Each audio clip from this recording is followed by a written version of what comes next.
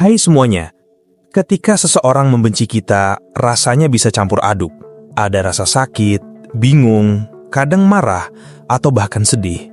Kita mungkin bertanya-tanya, kenapa ya dia benci aku? Apa salahku? Atau aku harus gimana nih? Perasaan dibenci itu seperti ada duri yang menusuk hati. Apalagi kalau yang membenci itu orang terdekat, teman, atau bahkan keluarga. Rasanya dunia jadi gelap, dan kita cuma pengen menghilang. Tapi, disitulah tantangan sebenarnya dimulai. Bagaimana kita bisa menghadapi kebencian itu dengan kepala tegak, tetap elegan, dan yang paling penting, tanpa sedikit pun niat untuk membalas dendam. Karena, membalas dendam itu seperti minum racun dan berharap orang lain yang mati. Ujung-ujungnya cuma merugikan diri sendiri. Pertama, dan yang paling utama, kita harus menerima kenyataan bahwa tidak semua orang akan suka sama kita. Ini adalah pelajaran hidup yang kadang pahit tapi mutlak harus diterima. Kita bisa jadi orang paling baik sedunia, paling ramah, paling dermawan, tapi tetap saja akan ada orang yang entah kenapa tidak menyukai kita. Mungkin karena cemburu, salah paham, atau bahkan tanpa alasan yang jelas sama sekali. Jangan pernah memaksakan diri untuk disukai semua orang. Ini bukan tentang kekurangan kita, tapi lebih tentang dinamika hubungan antar manusia yang memang kompleks. Menerima kenyataan ini akan membebaskan kita dari beban berat untuk terus-menerus mencari validasi atau pengakuan dari orang lain. Kita jadi bisa fokus pada diri sendiri dan orang-orang yang memang peduli dan menghargai kita. Setelah menerima, langkah selanjutnya adalah jangan terlalu memikirkan alasan kebencian itu. Tentu, manusiawi kalau kita penasaran atau ingin tahu akar permasalahannya. Tapi kadang ada kebencian yang memang tidak logis atau tidak bisa dijelaskan. Jika kita terus-menerus mencoba mencari tahu, mengorek informasi, atau bahkan bertanya langsung ke orang yang membenci, itu bisa jadi bumerang. Kita akan terjebak dalam lingkaran overthinking yang melelahkan, menguras energi, dan bisa bikin stres berat. Daripada sibuk memikirkan kenapa, lebih baik kita fokus pada bagaimana kita akan merespons. Apakah kita akan membiarkan kebencian itu merusak hari-hari kita, atau kita akan bangkit dan menunjukkan bahwa kita lebih besar dari itu? Nah, yang seringkali sulit adalah mengendalikan emosi. Saat dibenci, apalagi dengan cara yang menyakitkan atau fitnah, rasanya ingin sekali meluapkan amarah, membela diri mati-matian, atau bahkan membalas dengan perlakuan yang sama. Tapi ingatlah, bahwa emosi yang meledak-ledak hanya akan membuat kita terlihat lemah dan tidak dewasa. Ketika kita terpancing untuk berteriak, marah-marah, atau menyebarkan keburukan orang lain, kita sebenarnya sedang memberi mereka kendali atas diri kita. Mereka berhasil membuat kita jatuh ke level mereka. Padahal tujuan kita adalah tetap elegan. Jadi, tarik nafas dalam-dalam, hitung sampai 10, atau lakukan apapun yang bisa membantu kita menenangkan diri sebelum bereaksi. Setelah emosi agak reda, kita bisa mulai berpikir tentang respons yang elegan. Respons elegan itu bukan berarti diam saja dan membiarkan diri diinjak-injak. Bukan juga berarti pura-pura tidak terjadi apa-apa. Respons elegan adalah ketika kita tetap menjaga martabat diri, tidak ikut campur dalam drama yang tidak perlu, dan menunjukkan bahwa kita punya prinsip. Salah satu cara paling efektif adalah dengan menjaga jarak.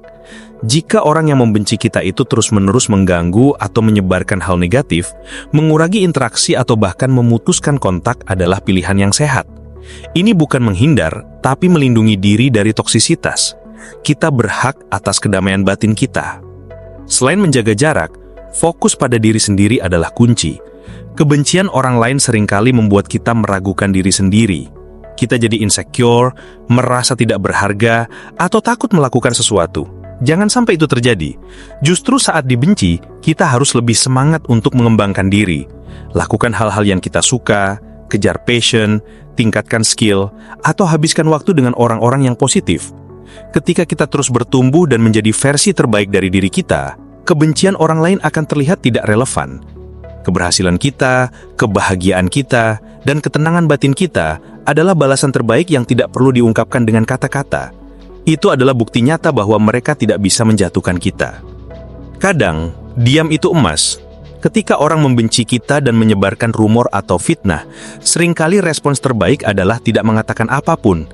Jangan memperpanjang perdebatan, jangan mencoba membela diri di hadapan semua orang yang mungkin sudah terlanjur termakan omongan negatif. Biarkan waktu dan perbuatan kita yang berbicara. Orang-orang yang bijak dan mengenal kita dengan baik akan bisa membedakan mana yang benar dan mana yang salah. Mereka tidak akan mudah percaya pada omongan negatif. Dengan diam, kita menunjukkan bahwa kita punya kendali penuh atas diri kita dan tidak akan terpancing untuk ikut-ikutan menyebarkan kebencian. Diam bukan berarti kalah, tapi justru menunjukkan kekuatan dan kematangan. Namun, ada kalanya kita perlu menegaskan batasan. Jika kebencian itu sudah mengarah pada pelecehan, ancaman, atau tindakan yang membahayakan, kita tidak bisa lagi hanya diam. Dalam kasus seperti ini, sangat penting untuk mencari bantuan atau mengambil langkah hukum jika memang diperlukan. Ini bukan balas dendam, tapi perlindungan diri dan penegakan keadilan. Kita punya hak untuk merasa aman dan tidak diganggu. Menegaskan batasan dengan tegas dan lugas, tanpa emosi, adalah bentuk elegan yang sesungguhnya. Itu menunjukkan bahwa kita tahu kapan harus bersikap lembut dan kapan harus bersikap tegas demi kebaikan diri sendiri. Kemudian, yang tak kalah penting adalah memaafkan.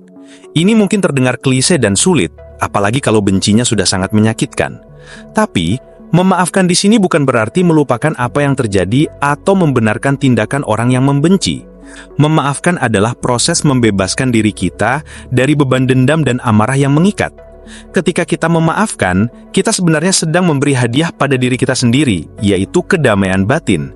Dendam itu seperti api yang membakar dari dalam, menghabiskan energi kita, dan membuat kita terus-menerus terikat pada orang yang membenci.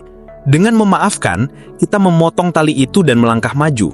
Kita tidak harus kembali berteman atau berinteraksi, tapi kita melepaskan energi negatif dari hati kita. Memaafkan juga menyanti bahwa kebencian seringkali muncul dari rasa sakit atau ketidakbahagiaan orang yang membenci. Mereka mungkin cemburu karena mereka merasa tidak punya apa yang kita punya, atau mereka tidak bahagia dengan hidup mereka sendiri, sehingga mereka mencari kambing hitam. Dengan memahami ini, kita bisa melihat mereka dengan sedikit rasa iba, bukan marah. Itu bukan berarti kita membenarkan perilaku mereka, tapi itu membantu kita untuk tidak terlalu mengambil hati. Kita menyadari bahwa kebencian mereka lebih banyak berbicara tentang diri mereka sendiri daripada tentang diri kita. Terakhir, teruslah menyebarkan kebaikan. Ini adalah senjata rahasia yang paling ampuh. Ketika orang membenci, seringkali mereka berharap kita akan jatuh, hancur, atau membalas dengan hal yang sama. Tapi bayangkan jika kita justru memilih untuk terus berbuat baik, tersenyum, membantu orang lain, dan menyebarkan energi positif. Ini akan membuat mereka bingung dan bahkan mungkin membuat mereka malu pada diri mereka sendiri. Kebaikan itu adalah kekuatan yang menular. Dengan terus berbuat baik, kita tidak hanya menunjukkan kematangan dan keanggunan, tapi juga menginspirasi orang lain dan menciptakan lingkaran kebaikan yang lebih besar. Itu adalah kemenangan sejati, sebuah kemenangan yang didapatkan tanpa harus melukai siapapun, bahkan tanpa harus mengucapkan sepatah kata pun untuk membalas dendam. Itu adalah cara yang paling elegan untuk menghadapi kebencian, karena pada akhirnya, kebaikan akan selalu menang.